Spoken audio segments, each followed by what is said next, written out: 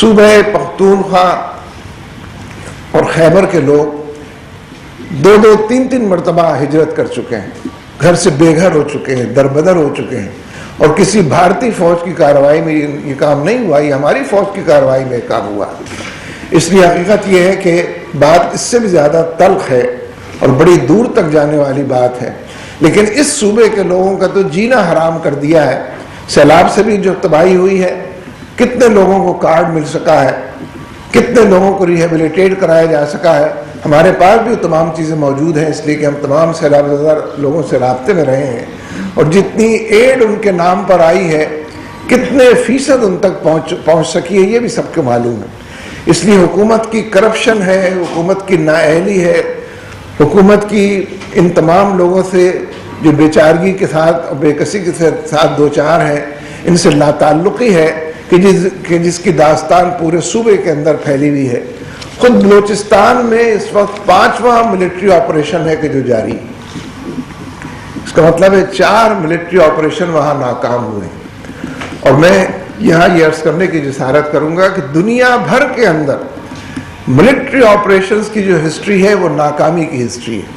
پوری دنیا میں ملٹری آپریشن ہر وقت ہر جگہ جو جہاں پر بھی ہوئے ہیں، وہ بڑا مشہور ملٹری آپریشن ناردرن آئرلینڈ میں ہوا کرتا تھا، برطانیہ کی فوج اس کو کرتی تھی، سوفسٹیکیٹڈ ویپنز کے ساتھ کرتی تھی، لیکن جب اس میں 100% ناکام ہوئی تو انہوں نے مذاکرات کی میز بچھائی، ڈائلاگ کی سیاست کی، اور IRA کے ساتھ جو معاہدہ کیا اس میں پہلا نقطہ ہی یہ تھا کہ گیون ٹائم کے اندر IRA اپنے تمام آرمز ایمونیشن برطانوی فوج کے حوالے کر دے گی۔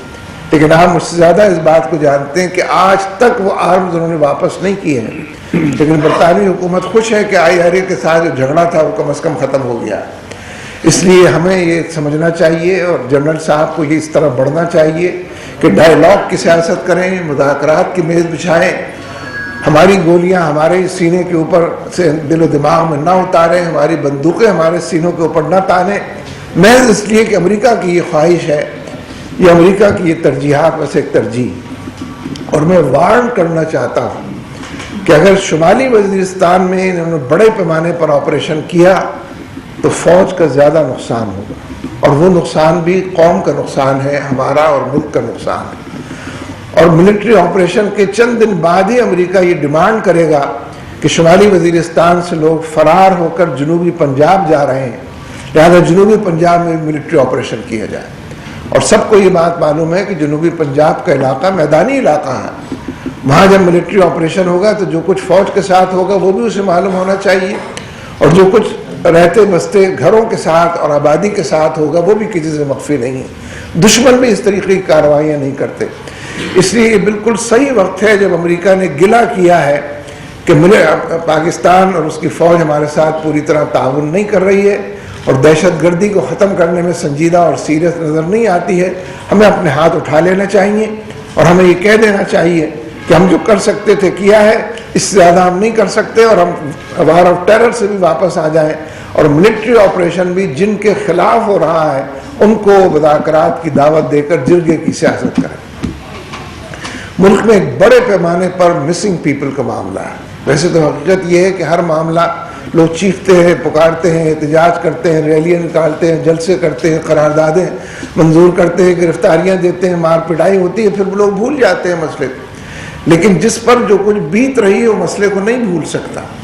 اس لیے میں ان کی نمائندگی کرتے ہوئے کہتا ہوں کہ ہزاروں لوگ ہیں جو مسنگ ہیں۔ بلوچستان میں تو اس وقت صورت یہ ہے کہ جو لوگ مسنگ ہیں قسط وار ان کی لاشیں مل رہی ہیں، اور MKM سے شاید انہوں نے سیکھ بھی لیا ہے، عام طور پر بوری بد لاش مل رہی ہے، بڑے احترام کے ساتھ بوری بند کرتے ہیں وہ لاش کو، اس کے بعد وہ کہیں نظر آ جاتی ہے، اور لوگ یعنی جس کا لوگ زیادہ مطالبہ کرتے ہیں کہ ہمارے آدمی کو رہا کرو، اس کے لیے ریلیز کرتے ہیں، چھوٹے بڑے احتجاج کرتے ہیں، اس کی لاش 8 10 15 دن کے اندر مل جاتی ہے۔ یہ کون لوگ یہ کام؟ IGFC جو بلوچستان ہے، میجر جنرل ہے، سرونگ جنرل ہے، انہوں نے یہ بات ریکارڈ پر کہی ہے کہ بھارت افغانستان سے بیٹھ کر بلوچستان اور صوبہ پختونخوا میں داخل ہو رہا ہے، ہمیں ڈی اسٹیبلائز کر رہا ہے، پیسہ تقسیم کر رہا ہے، خود کچھ بامبر استعمال کر رہا ہے، اور ہمارا جینا اس نے دوبھر کیا ہوا.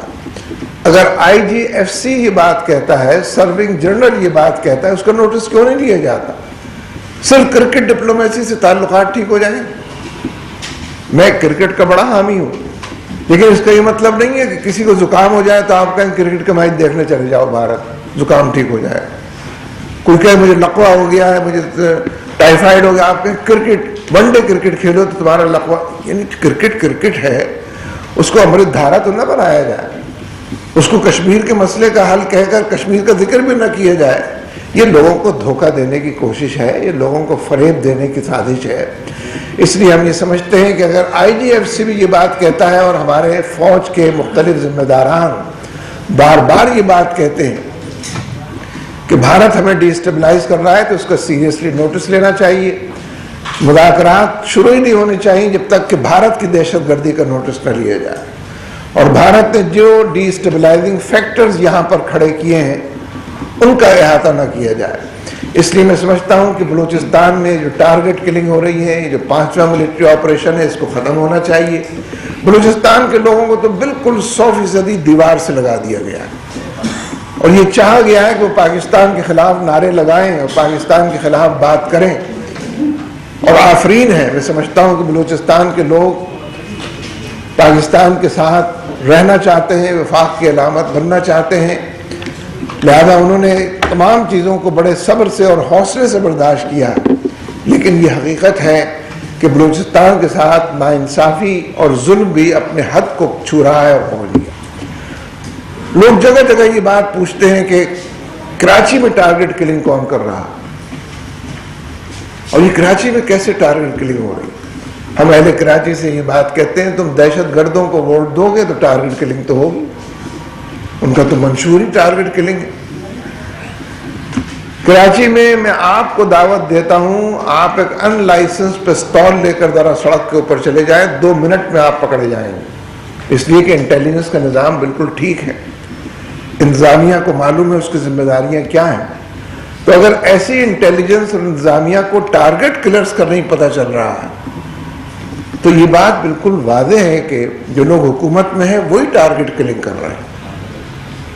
ذوالفقار مرزا کی اب 5 تقریریں ہو گئی ہیں, فلور آف دی ہاؤس پر بھی انہوں نے تقریر کی ہے, اس کے علاوہ بھی جس پہ انہوں نے 100% MQM کو چارج شیٹ کیا, اور بڑے پیمانے پر کراچی کے لوگوں کو یہ بتایا ہے کہ ٹارگٹ کلنگ میں یہ لوگ 100% ملوث ہیں, انہی کے لوگ پکڑے جاتے ہیں, انہی کے لوگ انٹیلیجنس کی رپورٹ کے اندر آتے ہیں. لیکن ذوالفقار مرزا کا تو ہٹا دیا گیا, لیکن ٹارگٹ کلنگ کو علاج کوئی نہیں سوچا گیا. اسی طریقے سے آغا سراج درانی ہیں جو بلدیات کے منسٹر ہیں صوبہ سندھ کے اندر, وہ بھی اسمبلی کے صوبہ سندھ کی اسمبلی کے فلور پر تفصیل سے یہ بات بیان کر چکے ہیں کون ٹارگٹ کلرز ہیں, جس پر MQM نے بڑا شور مچایا تھا اور واک آؤٹ کیا تھا. اس لیے ہم یہ سمجھتے ہیں کہ اس قیمت پر کہ مرکز میں زرداری صاحب کی حکومت قائم رہے, اس قیمت پر کراچی کے لوگوں کا جو قتل عام کیا جا رہا ہے اور باقی اربن ایریاز کے اندر جو ٹارگٹ کلنگ کے کلچر کو عام کیا جا رہا ہے, اس کا علاج اسی صورت میں ممکن ہے کہ MQM کو حکومت سے علیحدہ کیا جائے. پیپلز پارٹی کو اکثریت حاصل ہے صوبہ سندھ کے اندر, وہ اپنی اکثریت کے بل پر حکومت بنائے, MQM کو اپوزیشن میں بٹھائے, پھر دیکھتے ہیں کون ٹارگٹ کلنگ کرتا. اس لیے حقیقت یہ ہے کہ بڑے پیمانے پر ملک میں لا اینڈ آرڈر کی سچویشن جو ہے وہ فرام بیڈ ٹو ورس ہو رہی ہے, خراب سے خراب تر ہو رہی ہے, اور زندگی کے تمام دائروں میں لوگوں کا جینا دوبھر ہو رہا. قرضوں کی معیشت کے نتیجے میں, IMF کے غلام ہونے کے نتیجے میں ملک کے اندر کوئی اس وقت معاشی ڈھانچہ نہیں ہے, اور ایکچولی کوئی معاشی پالیسی بھی نہیں ہے. پالیسیاں تو مقروض آدمی کی کوئی معاشی پالیسی نہیں ہوتی. جو قرضوں کے بوجھ تلے دبا ہوا ہے وہ تو ڈکٹیشن لیتا ہے, اسی کے نتیجے میں پھر مہنگائی بڑھتی ہے.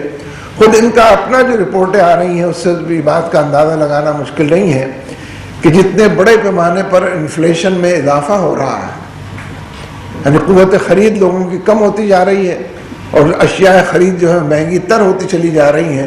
یعنی دور تک آپ دیکھتے چلے جائیں سوائے اس کے کہ چیزوں میں قیمتوں میں اضافہ ہوتا رہے, پیٹرولیم کی مصنوعات کی قیمتوں میں اضافے کے نتیجے میں ملک اور معاشرے کی ہر چیز کی قیمت بڑھ جاتی ہے. یہ بات کسی کو پہلے شاید سمجھ میں نہ آتی ہو، لیکن اب تو عام آدمی کو جو معیشت کو نہیں جانتا اور اقتصادیات کے پیچ و خم سے ناواقف ہے، وہ بھی اس بات کو جان گیا ہے کہ انفلیشن کیا ہوتا ہے، وہ بھی اس بات سے واقف ہو گیا ہے کہ کس طریقے سے چیزیں اور اس کی قیمتیں بڑھتی ہیں.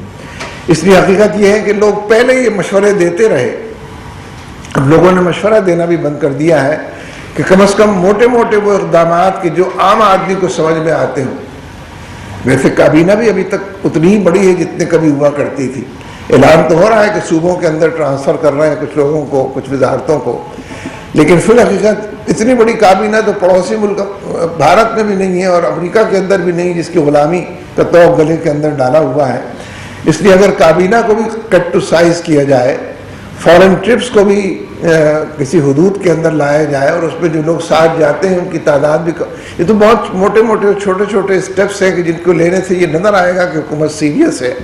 لیکن ہمارے جو بڑے لوگ ہیں، چاہے وہ میاں نواز شریف ہوں یا زرداری صاحب ہوں، یہ اگر اپنی دولت کو جو ملک سے باہر ہے پاکستان کے اندر یہاں کے بینکوں کو منتقل کر دیں تو بھی بینکوں کا نظام تو کم از کم ٹھیک ہو جائے گا اور اس کے نتیجے میں حالات میں اور مزید سدھار پیدا ہوگا.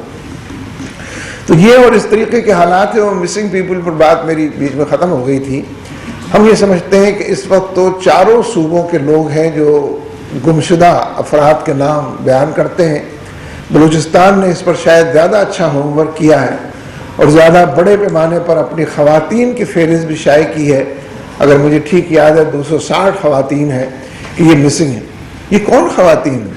کہ کسی کی بیٹی ہے، کسی کی بہن ہے، کسی کی ماں ہے، کسی کی بیوی ہے. اور آپ تصور کیجئے کہ وہ آدمی جس کی بیوی ایبڈکٹ کر لی گئی ہو اور مسنگ پیپل میں شامل، وہ کیسے سو سکتا ہے؟ کوئی بھائی کیسے سوئے گا؟ کوئی باپ کیسے سوئے گا؟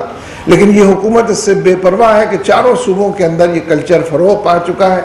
ٹارگٹ کلنگ کا بھی، مسنگ پیپل کا بھی، اور ملٹری آپریشن کا بھی، اور امریکہ کے ڈو مور کے حوالے سے کام کو کرنے کا بھی. جستا جستا ایک آدھ بات اور عرض کرتا ہوں. یہ جو ریمنڈ ڈیوس کا معاملہ ہوا ہے، اس نے حکمرانوں کے چہرے پر اگر کوئی نقاب ابھی تک موجود تھی تو اس کو بھی اتار دیا. میں سمجھتا ہوں کہ ریمنڈ ڈیوس کے معاملے میں سب سے زیادہ قصوروار تو پنجاب کی حکومت، اس لیے کہ الٹی سمت سے آنے والی گاڑی جس نے ایک موٹر سائیکلسٹ کو کچلا اور پھر بھی اسی کے اوپر سے گزرتی ہوئی چلی گئی، اس میں 4 مسلح امریکی تھے، وہیں سے اس کو قتل کیا گیا. اور ریمنڈ ڈیوس کے بچانے کے لیے، ریسکیو کے لیے یہ پورا آپریشن کر رہے تھے. اس گاڑی کو تحویل میں پنجاب کی حکومت کو لینا تھا. ان 4 آدمیوں کے خلاف FIR پنجاب کی حکومت کو درج کرانی تھی. کونسلیٹ کے حوالے سے پنجاب حکومت کو اپنی ذمہ داری پوری کرنی تھی. عوام کو لاہور کے اپنے اعتماد میں لینا تھا. اگر کونسلیٹ اس پہ کوئی ریزسٹ کر رہا تھا تو قانونی دائرے کو بھی آگے تک بڑھانا تھا. لہذا پنجاب کی حکومت اگر آج پاسپورٹ دکھاتی ہے کہ وہ 2 آدمی جو ریمنڈ ڈیوس چلا گیا ہے اس کا پاسپورٹ ہمارے پاس ہے، تو محض یہ بات اس کے لیے کافی نہیں ہے کہ وہ یہ ثابت کر سکیں کہ اس میں ان کی ایما کو دخل نہیں تھا. بغیر وزیر قانون پنجاب کے انہوں نے جا کر جیل سے ریمنڈ ڈیوس کو نکالا ہے. ان کے علاوہ کوئی اور نہیں نکال سکتا. انہوں نے نکالا ہے تو معلوم ہونا چاہیے تھا کہ اس کا کون سا قصور کیا تھا، کون سا کیس چل رہا تھا. پھر مسئلہ دیت کا نہیں تھا، مسئلہ تو یہ کہ وہ اسٹیٹ کا مجرم تھا. اس حوالے سے اسٹیٹ کے مقدمات، یعنی یہ پاکستان میں آفیشیل سیکرٹ ایکٹ ہے، اس کے تحت بھی اس پر مقدمہ چلنا چاہیے تھا. جاسوسی کے حوالے سے جو دیگر قوانین ہیں ان کے حوالوں سے بھی اس پر مقدمہ چلنا تھا. لیکن پھر میں تو جج صاحب سے بھی یہ پوچھتا ہوں کہ اس قدر عجلت میں ایکسلریٹ کر کے پروسیس کو کبھی کوئی مقدمہ آپ کے اس طریقے سے فیصل ہوا ہے؟ اس طرح لمحوں کے اندر آپ نے فیصلہ کیا ہے اور اس فیصلے کے آنے کے بعد جج صاحب کو چھٹی پر جانا پڑا اور شریف برادران کو لندن جانا پڑا. ظاہر ہے کہ وہ فیس نہیں کر سکتے تھے اس میوزک کو کہ جو اس کے نتیجے میں وجود میں آنی تھی.